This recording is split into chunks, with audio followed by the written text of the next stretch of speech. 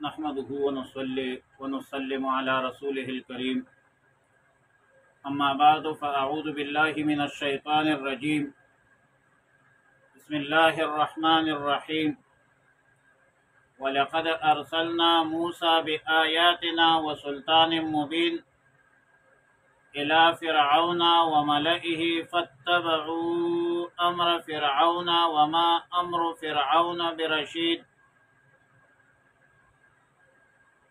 پارہ نمبر 12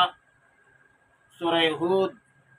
رکوع نمبر 9، آیات نمبر 96، 97، 98، 99، 100 اور 101۔ وَلَقَدْ أَرْسَلْنَا مُوسَى بِآيَاتِنَا، اور بلا شبہ ہم نے بھیجا موسیٰ علیہ السلام کو اپنی آیات، معجزات و سلطان مبین اور روشن دلائل کے ساتھ، الی فرعون و ملئہ، فرعون اور ان کے سرداروں کے پاس، فاتبعوا امر فرعون،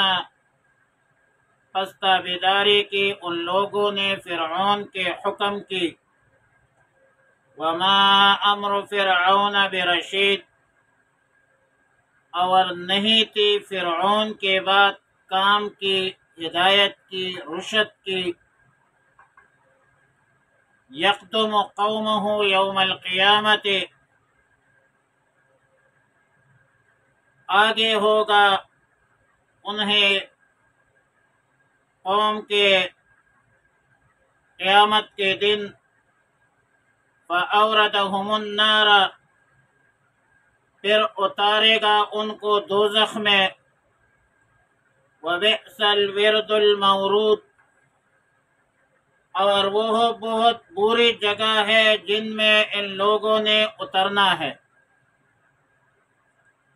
وَأُتْبِعُوا فِي هَذِهِ لَعْنَةً وَيَوْمَ الْقِيَامَةِ، اور پیچھے سے ملتی رہی اس جہاں میں بھی لعنت، وَيَوْمَ الْقِيَامَةِ، اور قیامت کے دن۔ بِئْسَ الرِّفْدُ الْمَرْفُودُ، برا انعام ہے جو ان کو دیا گیا۔ ذَلِكَ مِنْ أَنْبَاءِ الْقُرَىٰ نَقُصُّهُ عَلَيْكَ، یہ بستیوں کی خبریں جو ہم آپ سے بیان کرتے ہیں، آپ کو بیان کرتے ہیں۔ منہا قائم و حسید، بعض ان بستیوں میں سے قائم ہے اور بعض بستیاں مکمل طور پر ختم ہو چکی ہے، نیست و نابود ہو چکی ہے۔ وما ظلمناہم ولکن ظلموا انفسہم، اور ہم نے ان پر ظلم نہیں کیا لیکن انہوں نے اپنے جانوں پر خود ظلم کیا۔ فما اغنت عنہم آلہتہم التی یدعون من دون اللہ من شیء، پس کام نہیں آیا ان کے معبود جن کو پکارتے تھے سوائے اللہ کی کسی چیز میں، کسی بھی چیز کو معبود بناتے تھے اللہ کے بغیر۔ لما جاء امر ربک، جب آپ کے رب کا حکم آیا، وما زادوہم غیر تتبیب، اور نہیں بڑھایا ان کے حق میں ما سوائے ہلاکت کی۔ مذکورہ آیتوں میں سیدنا موسیٰ علیہ السلام کی بعثت ہے، بعثت کا تذکرہ ہے فرعون کو، آل فرعون کو، اور تذکرہ ہے فرعون اور آل فرعون کی بغاوت کا، اور بغاوت کی وجہ سے فرعون کی غرقابی کا، ہلاکت کا، تباہی کا، بربادی کا، دنیا میں بھی لعنت کا اور آخرت میں بھی لعنت کا تذکرہ ہے۔ فرعون اور اہل فرعون کے ہلاکت کا تذکرہ تو قرآن کریم میں بکثرت متعدد آیاتوں میں، سورتوں میں، سپاروں میں موجود ہے، خاص کر سورہ بقرہ میں، سورہ اعراف میں، سورہ یونس میں تفصیلات بھی گزر چکی ہے۔ گزارش یہ ہے کہ اللہ تعالی نے حضرت موسیٰ علیہ السلام کو ایک ظالم جابر حکمران فرعون اور ایک سرکش قوم آل فرعون اور ایک سرکش اپنی قوم بنی اسرائیل کی طرف پیغمبر بنا کر مبعوث فرمایا۔ ناقابل تردید آیات بینات اور معجزات بھی عطا فرمائی، اور سورہ اعراف رکوع نمبر 13 آیات نمبر 103 میں ہے، ثم بعثنا من بعده موسیٰ بآیاتنا الى فرعون وملئه فظلموا بها، اور دوسری جگہ ہے کہ موسیٰ بآیاتنا 9 ہم نے ان کو 9 معجزات دی، لیکن فرعون اور فرعون کے سرداروں کی طرف سے اللہ تعالی کی طرف سے جو معجزات موسیٰ علیہ السلام کو دی گئی تھی، ان معجزات کے ساتھ ان بدبختوں نے ظلم کیا، زیادتی کی، اور بدترین ظلم یہ تھا کہ ایک تو معجزات سے انکار کیا، لیکن انکار کے ساتھ الزام لگایا کہ ان ھذا لساحر مبین، کہ یہ تو کھلا جادوگر ہے یا یہ جادو ہے۔ فرعون کے ساتھ اکثر یا دیگر انبیاء کے ساتھ بھی ملعوں کا تذکرہ ہوتا ہے، سرداروں کا تذکرہ ہوتا ہے۔ اس کی وجہ یہ ہے کہ قوموں کے سردار ہی اصل خرابی کی جڑ ہوتی ہے، جن کے پیچھے عوام چلتے ہیں، عوام ان کی بات مانتے ہیں، اور اکثر قوموں کے سردار بدعمل بھی ہوتے ہیں۔ ضروری تو نہیں ہے، لیکن اگر کسی قوم کا سردار صالح ہو، نیک عمل ہو، تو قوموں کو نیک اعمال کی طرف راغب کرتے ہیں اور نیک اعمال پر لگاتے ہیں۔ لیکن اگر قوم کا سردار، سربراہ، رہبر، رہنما بد کردار ہو، بد عمل ہو، تو عوام الناس کو، اپنے لوگوں کو بدعملی کی طرف، بد کرداری کی طرف راغب کرتے اور وہ قوم مجبور ہوتی ہے۔ دراصل قوم کے رہنما، سردار، چودھری، نواب قوموں کو حق اور سچ بولنے نہیں دیتے۔ یہ سردار لوگ سوسائٹی میں، معاشرتی زندگی میں ایک غاصب طبقہ ہے، بلکہ ہمیشہ کے لیے اپنے قوموں کو ناخواندہ، غلام اور تابعدار بنانے کی فکر میں ہوتے ہیں کہ میں نے اپنے قوم کو کیسے اپنا غلام بنانا ہے، اور پھر جو قوموں میں ضعفاء ہوتے ہیں، کمزور ہوتے ہیں، وہ اپنے سرداروں کو سمجھدار، عقل مند اور پتہ نہیں کیا کیا سمجھتے۔ بہرحال اکثر اقوام اور اکثر قوموں کے سردار کے شکنجے میں یہ قومیں ہوتی ہے، کبھی لسانیت کا جانسا دے کر، کبھی علاقائیت کا جانسا اور دھوکہ دے کر، کبھی آباء و اجداد کے رسم و رواج کی غیرت اور حمیت دلا کر اپنے قوموں کو گمراہ کرتے ہیں، تباہ کرتے ہیں، برباد کرتے ہیں، تعلیم کے زیور سے دور رکھتے ہیں، اور اخلاقیات، دین اور دینداری سے دور رکھتے ہیں۔ ایک سردار کو سب سے پہلی بات اپنے سرداری اور خانے اور نوابی کی فکر ہوتی ہے، اور ظاہر ہے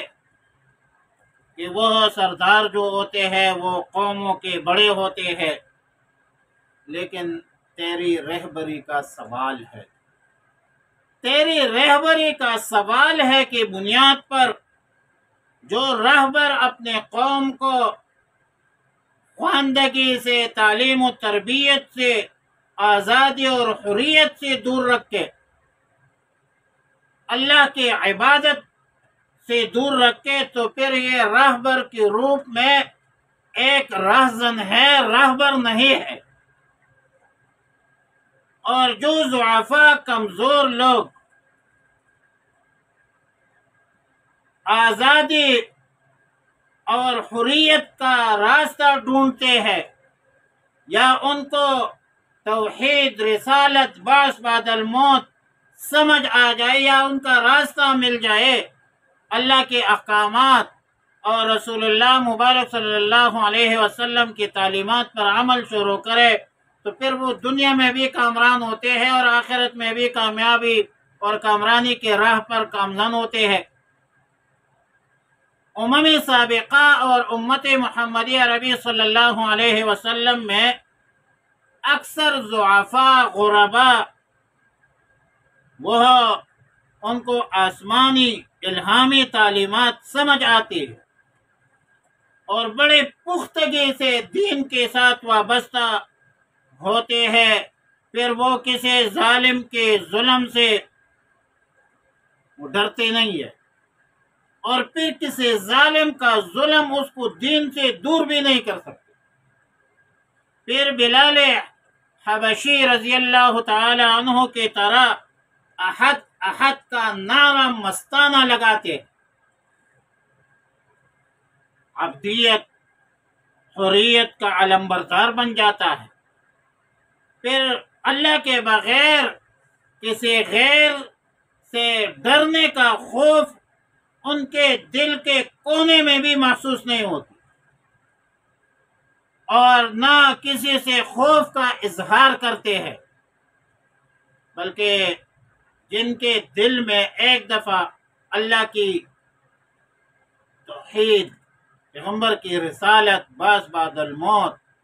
وہ اللہ کے خوف دل میں بیٹھ گیا تو وہ صرف اور صرف اللہ ہی سے ڈرتے ہیں۔ قوم فرعون نے فرعون اور سرداران فرعون کا اتباع کیا، موسیٰ علیہ السلام کی بات نہیں مانی، موسیٰ علیہ السلام کی معجزات کو جھٹلایا، حالانکہ فرعون کے بات درست نہیں تھی۔ فرعون تو مخلوق ہو کر، ایک انسان ہو کر، انہوں نے انا ربکم الاعلی کا نعرہ لگایا، قوم نے ساتھ دیا۔ اب قیامت کے دن فرعون آگے ہوگا اور فرعون کے قوم پیچھے ہوگی، فرعون ہی کی قیادت میں جہنم میں ان کو اتار دیا جائے گا، اور جس جگہ پر فرعون اپنے قوم کو اتارتا ہے وہ جگہ بہت بری ہے۔ اب ظاہر ہے کہ جب سرداروں نے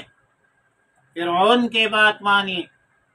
اور قوم نے سرداروں کی بات مانی، تو فرعون ہی کی قیادت میں ان سب نے جہنم میں جانا ہے، اور پھر اسی جہنم میں ہمیشہ رہے۔ وَأُتْبِعُوا فِي هَذِهِ لَعْنَةٌ، اور دنیا میں بھی ان کے پیچھے لعنت لگی ہوئی ہے، آخرت میں بھی، قیامت کے دن بھی ان بدبختوں پر لعنت ہوگی، اور یہ بہت برا انعام ہے۔ آیت نمبر 100 میں فرمایا ذَلِكَ مِنْ أَنْبَاءِ الْغَيْبِ نَقُصُّهُ عَلَيْكَ۔ سورہ ہود رکو نمبر 3 سے ابھی تک 7 انبیاء علیہ السلام کا تذکرہ ہوا، انبیاء علیہ السلام کی امتوں کا تذکرہ ہوا، ان سب بستیوں کی خبریں رسول اللہ مبارک صلی اللہ علیہ وسلم کو سنائی گئی، اور پھر ان بستیوں میں کچھ بستیاں قائم ہے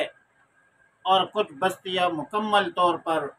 نیست و نابود ہو چکی ہے، تباہ ہو چکی ہے، برباد ہو چکی ہے، جیسا کہ قوم لوط کی بستی، بڑی بستی صدوم تھی، جس کا نام و نشان تک ابھی تک باقی نہیں ہے، اور اللہ تعالیٰ نے فرمایا کہ ہم نے ظلم نہیں کیا، لیکن ان بدبختوں نے اپنے آپ پر خود ظلم کیا، اور ظاہر ہے کہ ظلم، ان الشرک لظلم عظیم، شرک سب سے بڑا ظلم ہے، اللہ کے بغیر غیر کی عبادت کرنا یہ شرک ہے۔ جن چیزوں کی یہ عبادت کرتے تھے ان چیزوں نے ان کو کوئی فائدہ نہیں پہنچایا، بلکہ ہلاکت، ضلالت، تباہی، بربادی کے علاوہ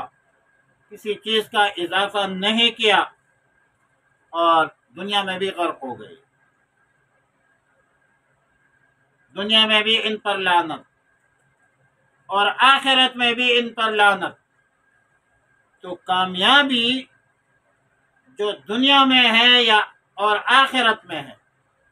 وہ اسی میں ہے کہ ہم اللہ کے احکامات اور رسول اللہ مبارک صلی اللہ علیہ وسلم کی تعلیمات پر عمل کریں۔ یہ ہمارے لیے تذکیر بایام اللہ کے اساس اور بنیاد پر یہ عبرت ہے، نصیحت ہے۔ گزشتہ امتوں کے واقعات جو اللہ تعالیٰ نے رسول اللہ مبارک صلی اللہ علیہ وسلم کو وحی کے ذریعے بتلایا ہے، کا مقصد یہ ہے کہ قصص من حیث العبر ہوتی ہے، وہ جو واقعات ہے، قصے ہے گزشتہ امتوں کے، یہ عبرت کے لیے ہے کہ ہم واعظ لے لیں، نصیحت لے لیں ان سے، اور اس سے ہم عبرت حاصل کریں۔ وآخر دعوایا ان الحمد للہ رب العالمین۔